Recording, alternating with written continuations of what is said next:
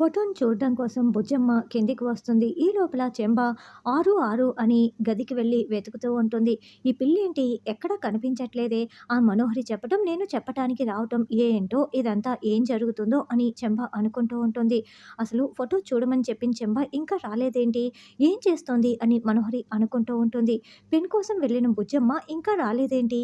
ఏం చేస్తోంది అని అంజు పాప ఆనంద్ ఆకాషులతో చెప్తూ ఉంటుంది. అమర్ గార్డెన్‌లో కూర్చొని ఫోన్ మాట్లాడుకుంటూ ఉంటాడు. ఈ ఫోటో ఇక్కడే ఎక్కడో పడిందే, ఎక్కడా కనిపించట్లేదే అని ఆరు పాప మొత్తం వెతుకుతూ ఉంటుంది. ఆరు ఫోటో దగ్గరే ఆ ఫోటో పడి ఉంటుంది. బాగి కిచెన్‌లో వంట చేసుకుంటూ ఉంటుంది. ఓ ఫోటో ఇక్కడే పడి ఉందా అని బుజ్జమ్మ ఆ ఫోటోని చేతిలోకి తీసుకుంటుంది. బాగి పక్కన అమర్‌ని చూసేసి అదేంటి అమ్మ పక్కన అమర్ సార్ ఉన్నారేంటి అని జరిగిన విషయాలన్నింటినీ గుర్తు చేసుకుంటూ ఉంటుంది. కొన్ని రోజులు అమర్ సార్‌ని నువ్వు నాన్న అని పిలవాలి అని రాథోడ్ చెప్పిన మాటలు చూడు, నువ్వు అమర్ సార్‌ని నాన్న అని పిలిచిన తర్వాత మీ నాన్న చాలా సంతోషిస్తాడు అని బాగి చెప్పిన మాటలు, మీ నాన్న నిన్ను బాగా చూసుకుంటున్నాడా బేటీ అని లాల్ సింగ్ మాట్లాడిన మాటలు అన్నింటినీ ఆరు పాప గుర్తు చేసుకుంటూ ఉంటుంది. మిస్ అమ్మ కాదు అమ్మ అనే పిలుస్తుంది అని అమర్ చెప్పిన మాటల్ని కూడా గుర్తు చేసుకుంటూ, అంటే అమర్ సరే మా నాన్న అనే మాట. ఇప్పుడు ఈ విషయం నేను ఎవరిని అడగాలి? అమ్మ కిచెన్‌లో వంట చేసుకుంటూ ఉంది. అమ్మ దగ్గరికి ఈ ఫోటో తీసుకువెళ్ళి అమర్ సరే మా నాన్న అని అడగనా? పోనీ సార్ దగ్గరికి వెళ్ళి ఈ విషయాన్ని అడగనా?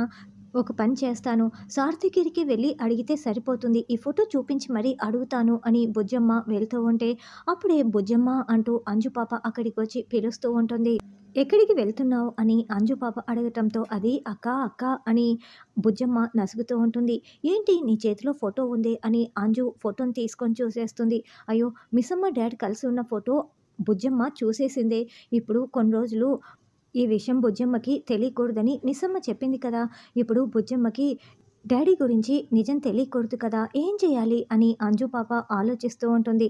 అక్క ఈ ఫోటోలో మా అమ్మ పక్కన మీ డ్యాడీ ఎందుకున్నారు? చెప్పక్క చెప్పు అని ప్రశ్నిస్తూ ఉంటుంది. ఈ ఫోటో గురించే కదా నేను చెప్తాను. ఇప్పుడు ఈ ఫోటోలో మిస్సమ్మ, మా డ్యాడీ ఇద్దరు కలిసి ఫోటో దిగారు. ఇది నా బర్త్‌డే రోజున దిగిన ఫోటో అని అంజు అంటే, నీ బర్త్‌డే రోజున వీళ్ళిద్దరూ కలిసి ఎందుకు ఫోటో దిగారు అని పాప ప్రశ్నిస్తూ ఉంటుంది. బర్త్‌డే నీదైతే మిస్సమ్మ నీతో ఫోటో దిగాలి కానీ, మీ డ్యాడీతో ఎందుకు ఫోటో దిగింది అని బుజ్జమ్మ ప్రశ్నిస్తూ ఉంటుంది. అంటే ఆ రోజు చాలామంది గెస్టులు వచ్చారు. అప్పుడు మిస్సమ్మ ఇక్కడ కేర్ టేకర్‌గా పనిచేస్తూ ఉంది. అందరూ దిగినట్లే మీ అమ్మ కూడా డ్యాడ్‌తో ఇలా ఫోటో దిగింది అని అంజు పాప కవర్ చేయడానికి ప్రయత్నిస్తూ ఉంటుంది. మిస్సమ్మ నాతో కూడా ఫోటో దిగింది. ఆ ఫోటో ఇప్పుడు ఎక్కడ ఉందో తెలీదు కానీ, ఇప్పుడు అవన్నీ ఎందుకు? ఇప్పుడు మనకు ఎగ్జామ్స్ ఉన్నాయి కాబట్టి చదువుకోవాలి. రా వెళ్దాం అంటూ అంజు ఫోటోని పట్టుకు వెళ్తుంది. ఏంటంజు ఎక్కడికి వెళ్ళిపోయావు అని ఆనంద్, ఆకాష్ అడుగుతూ ఉంటే, ఒక పెద్ద సునామీ రాకుండా ఆపేసి వచ్చాను. ఇదిగోండి ఈ ఫోటో చూడండి అని అంజు చూపిస్తూ ఉంటే, డాడ్ మిస్సమ్మ దిగిన ఫోటోని ఇప్పుడెందుకు చూపిస్తున్నావు? ఇందులో సునామీ ఏముంది? అని ఆనంద్, ఆకాష్ అడుగుతూ ఉంటాడు. ఈ ఫోటోని బుజ్జమ్మ చూసేసింది తెలుసా? అని అంజు అంటే, అంటే మన డ్యాడీయే తన డ్యాడీ అని బుజ్జమ్మకి నిజం తెలిసిపోయిందా? అని ఆకాష్ అంటాడు. లేదు, నా బర్త్‌డే రోజు డ్యాడ్‌తో కలిసి మిస్సమ్మ ఇలా ఫోటో దిగిందని నేను కవర్ చేసేసాను అని అంజు అంటుంది. ఏంటి బుజ్జమ్మ నమ్మేసిందా? అని ఆనంద్, ఆకాష్ అడుగుతూ ఉంటే, నేను చాలా ఇంటెలిజెంట్‌ని కదా! అందుకే నమ్మించేశాను. నేనంటే ఏంటో ఇప్పటికైనా అర్థమైందా? కానివ్వండి చదువుకోండి అని అంజు అంటుంది. బుజ్జిమ్మకి ఇంకా డౌట్ అలాగే ఉండటంతో ఇంకేమీ ఆలోచించకుండా గార్డెన్‌లో ఫోన్ మాట్లాడుకుంటున్న అమర్ దగ్గరికి వచ్చి అలాగే చూస్తూ ఉంటుంది. సరే I call back to you అని అమర్ ఫోన్ పెట్టేసి, ఏమైంది బుజ్జమ్మ అని అడుగుతూ ఉంటే, నాన్న అని బుజ్జమ్మ మనసులో అనుకుంటూ అమర్‌ని గట్టిగా హత్తుకుంటుంది.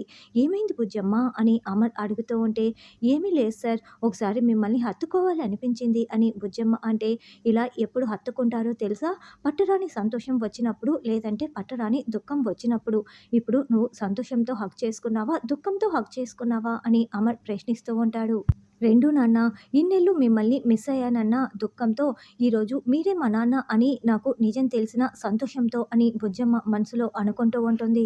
మాట్లాడవేంటి బుజ్జమ్మ అని అమర్ అంటే, ఏమో సార్ మిమ్మల్ని హగ్ చేసుకోవాలనిపించింది. ఒకసారి మిమ్మల్ని ముద్దు పెట్టుకోవచ్చా అని ప్లీజ్ అని బుజ్జమ్మ అడుగుతూ ఉంటే, నువ్వు పెట్టుకోవాలని అడగాలే బుజ్జమ్మ అంటూ అమరే ముందుగా బుజ్జమ్మకి ముద్దు పెడతాడు.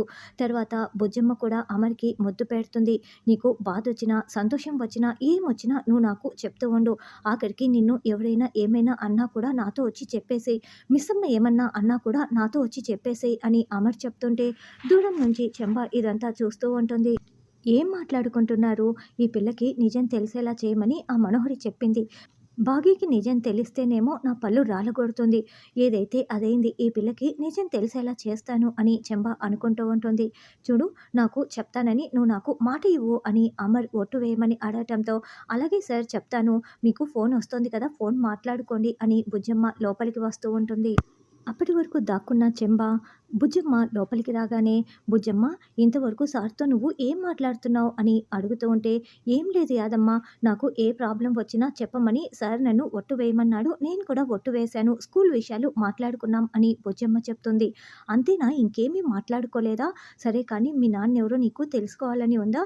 ఎందుకంటే అంజు పాపకి డ్యాడీ ఉన్నారు. నీకు డ్యాడీ ఎవరో తెలీదు కదా" అని యాదమ్మ అంటే, "నాకు తెలుసుకోవాలనే ఉంది" అని బుజ్జమ్మ అంటుంది. "అయితే నేను చెప్తాను. మీ నాన్న మరెవరో కాదు, అమర్ సారే" అని యాదమ్మ చెప్తుంటే, "ఆ విషయం నాకు తెలుసు" అని బుజ్జమ్మ షాక్ ఇస్తుంది. "ఏంటి, నీకు తెలుసా? నీకెవరు చెప్పారు?" అని యాదమ్మ అంటే, "అమర్ సార్‌ని నాన్న అనుకోమని మా అమ్మే నాకు చెప్పిందని" యాదమ్మ అంటుంది. "అనుకోవటం కాదు, నిజంగానే అమర్ సారే మీ నాన్న" అని యాదమ్మ చెప్తుంది.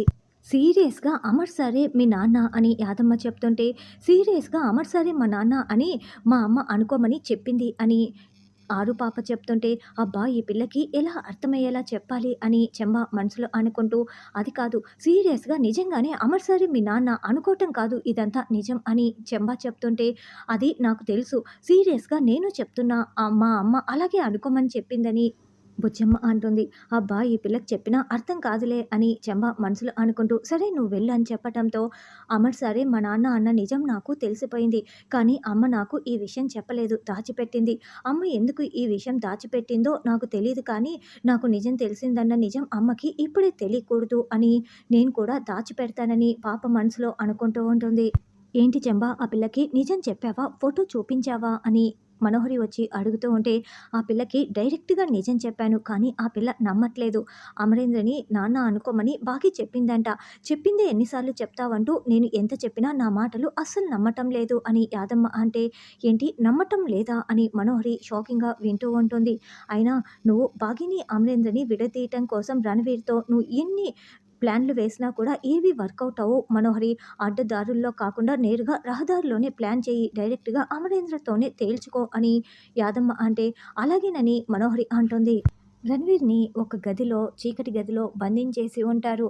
ఉన్నట్లుండి లైట్ ఆన్ అవ్వడంతో, "ఎవరు లైట్ ఆన్ చేసింది? ఆర్పేయండి, ఆర్పేయండి" అని రణవీర్ అరుస్తూ ఉంటాడు. "నేనేనంటూ" అమర్, రాథోడ్ ఇద్దరు అక్కడికి వస్తారు. "అమర్, నన్నెందుకు ఇలా బంధించి టార్చర్ పెడుతున్నావు? నన్ను వదిలేసేయ్" అని రణవీర్ అడుగుతూ బతిమలాడుతూ ఉంటాడు. "ఏంటి, నువ్వు నా ఫ్యామిలీని టచ్ చేయొద్దని చెప్పాను. కానీ నువ్వేం చేశావు? ఆకాష్‌కి ప్రాణాలు పోయేలా చేశావు. అందుకే నేను నిన్ను ఇలా బంధించాను" అని అమర్ అంటే, "చూడు, నువ్వు నా నుంచిన నిజాన్ని రాబట్టటం కోసమే ఇలా బంధించావని నాకు అర్థమవుతోంది. నా భార్య ఎవరో తెలుసుకోవటం కోసమే కదా నువ్వు నా కూతుర్ని అప్పజెప్తే కానీ నేను నా భార్య ఎవరో నీకు నిజం చెప్పను" అని రణవీర్ అంటే, "నువ్వు నిజం చెప్పనవసరం లేదు. నేనే నీ చేత నిజం చెప్పిస్తాను. నీకు కావాల్సింది కూతురు కాదు, కూతురు ద్వారా వచ్చే ఆస్తి. నాకు తెలీదనుకుంటున్నావా? నీ చేత ఎలా నిజం రాబడతానో చూడు" అని డాక్టర్ రండి అని అమర్ పిలవటంతో మళ్ళీ సైకియాట్రీ డాక్టర్ అక్కడికి వస్తారు. "ఏంటి, ఏం ఇంజెక్షన్ చేస్తున్నారు నాకు?" అని రణవీర్ అంటే, "అది పాయిజన్ ఇంజెక్షన్ కాదు, ట్రూత్ సీరమ్.